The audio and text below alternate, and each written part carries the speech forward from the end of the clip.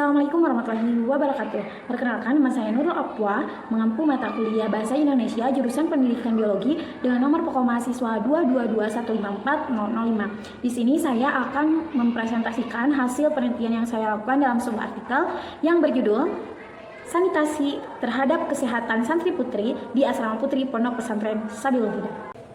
Pondok pesantren merupakan salah satu lembaga pendidikan keagamaan yang tumbuh dan berkembang di lingkungan masyarakat yang sangat berperan penting sekali dalam pembentukan pola hidup sehat dan juga sangat mendukung sekali akan terwujudnya Indonesia sehat. Kenapa kesehatan itu sangat penting? Karena dengan menjaga kesehatan kita akan menjadi pribadi yang lebih baik dan juga lebih bersih. Kemudian kenapa kesehatan selalu dikaitkan dengan kebersihan? Karena kebersihan merupakan salah satu tanda higienis. Oleh karena itu, kita harus tetap menjaga kesehatan dan juga kebersihan kita supaya kita menjadi orang yang sehat dan terhindar dari permasalahan kesehatan ataupun penyakit. Akan tetapi, selain sebagai sarana tempat pendidikan untuk mencari ilmu agama, pesantren juga dikenal dengan memiliki berbagai permasalahan dengan sanitasinya. Banyak sekali para santri yang memiliki keluhan bahwasanya mereka itu terserang oleh permasalahan kesehatan seperti penyakit kudis, kurap, gatal-gatal, alergi, dan lain sebagainya.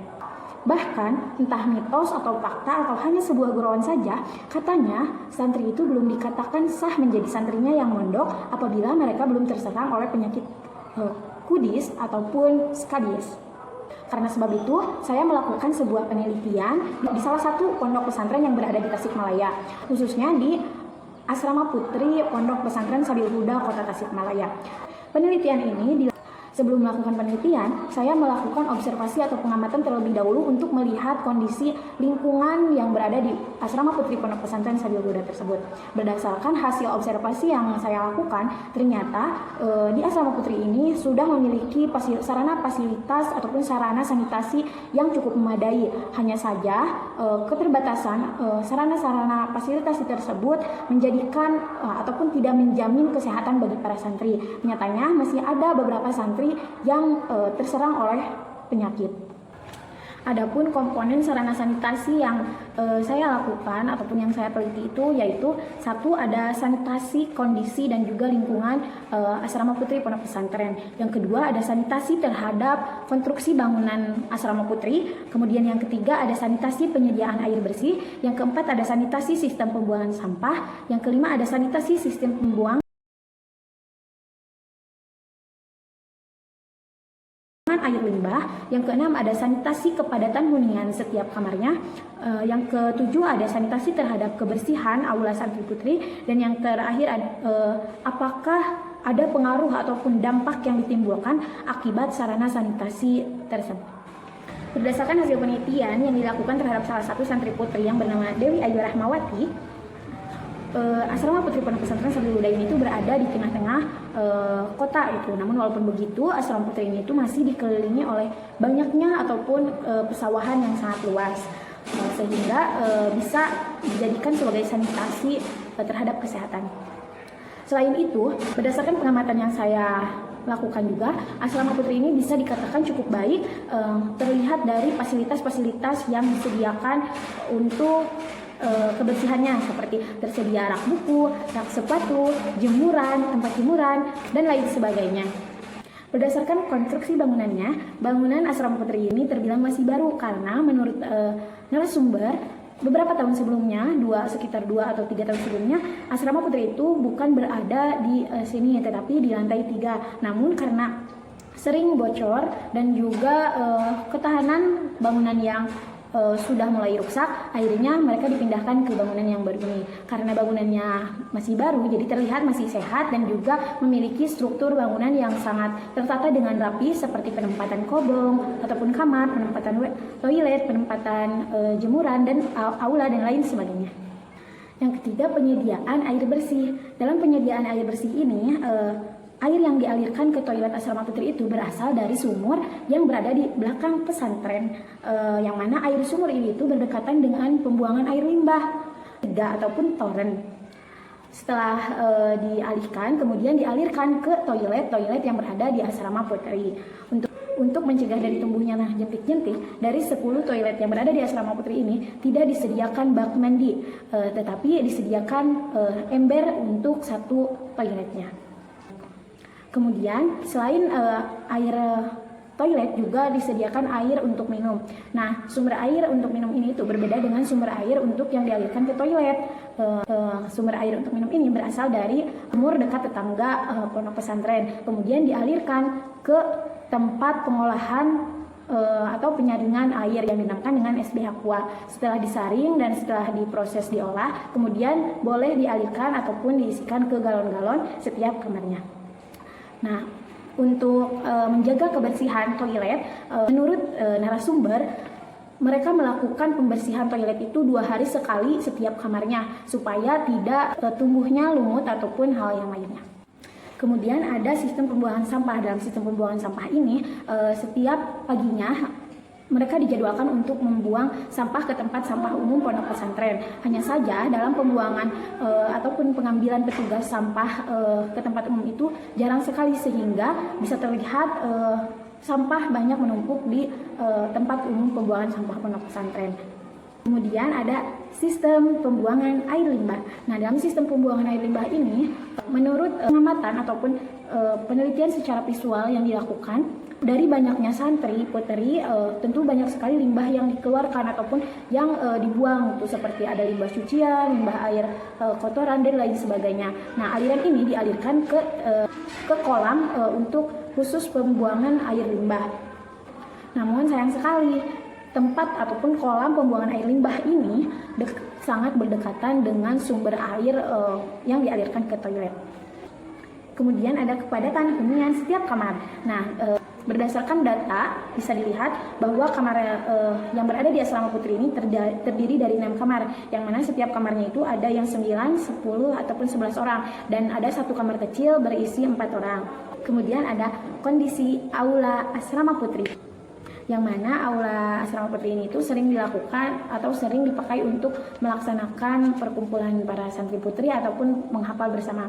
Dengan banyaknya santri putri yang ada, tentunya harus disediakan fasilitas aula yang cukup besar supaya terjaga suhu dan juga kelembapannya. Kemudian yang terakhir ada dampak yang ditimbulkan akibat kondisi lingkungan. Nah, dengan adanya sanitasi ini tentunya memiliki banyak sekali dampak yang ditimbulkan terhadap perkembangan kesehatan dan juga kebersihan santri putri di asrama putri ini. Ada yang semakin rajin ataupun semakin menjaga sekali terhadap kesehatannya, ada pula yang menyepelekannya dan tidak mementingkan apa itu kesehatan dan juga kebersihan, sehingga dampaknya akan timbul sendiri kepada mereka yang menyepelekan. Selain itu, walaupun sudah dilaksanakan atau disediakan fasilitas-fasilitas dan juga dilakukan proses sanitasi, penyediaan air bersih di asrama putri ini masih kurang cukup baik. Hal tersebut dikarenakan sumber air yang mengalir ataupun yang digunakan itu dekat dengan tempat pembuangan air limbah dan juga tempat pembuangan sampah. Hal inilah salah satu yang dapat menyebabkan terjadinya masalah terhadap kesehatan dan juga kebersihan santri putri. Namun dalam segi kebersihan sumber air minum ini lebih baik dari sumber air toilet. Selain karena sumber airnya yang berbeda, juga karena sebelum disebarluaskan air untuk minum ini itu dilakukan pengolahan dan juga penyaringan terlebih dahulu. Hal ini menjadi salah satu atau sebagian dari upaya sanitasi terhadap penyediaan air bersih. Menurut pengisian data kuesioner yang telah dilaksanakan, 17 orang santri pernah mengalami gatal-gatal parah, 8 orangnya lagi sedang mengalami gatal-gatal parah, dan 29 orangnya tidak pernah mengalami gatal-gatal parah. Hal ini disebabkan karena selain karena air yang kurang bersih, juga karena ada yang alergi, kurang higienis, suhu dan kelembaban juga sangat mempengaruhi kesehatan mereka. Berdasarkan data tersebut menjadi bukti bahwasannya bukan hanya faktor dari lingkungan dan juga kondisi kesehatan, tapi juga karena kesadaran dari mereka yang dapat menyebabkan terserangnya kesalahan kesehatan. Banyak dari mereka yang mementingkan apa itu kesehatan dan banyak juga yang menyepelekan sehingga mereka terserang oleh permasalahan kesehatan. Dapat disimpulkan bahwasanya berdasarkan hasil dan pembahasan penelitian yang telah dilakukan, sanitasi pondok pesantren merupakan salah satu upaya yang dilakukan agar terjaganya kesehatan yang menitikberatkan kepada pengawasan terhadap struktur fisik serta dapat digunakan sebagai wadah atau tempat untuk melindungi segala hal yang mempengaruhi kesehatan warga pondok itu sendiri.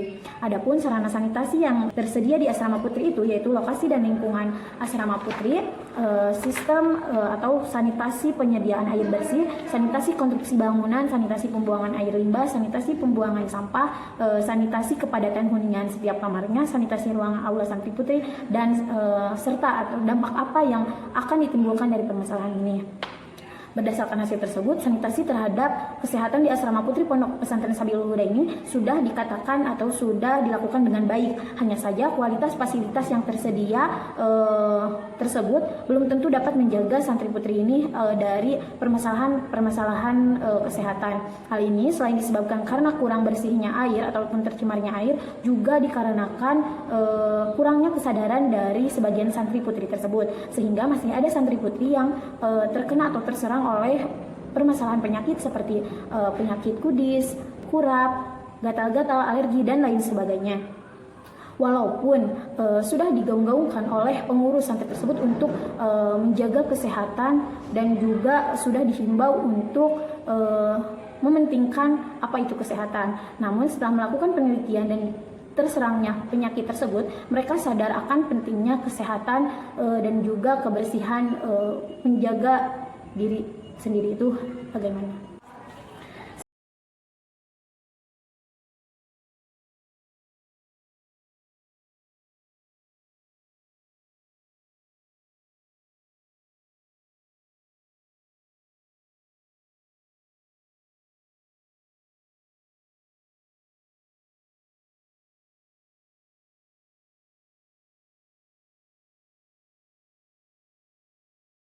Sekian yang dapat saya sampaikan. Mudah-mudahan video ini dapat bermanfaat serta dapat meningkatkan rasa sadar kita untuk mementingkan apa itu kesehatan dan apa itu kebersihan bagi diri kita sendiri dan bagi lingkungan sekitar. Terakhir, dalam metode yang saya lakukan dalam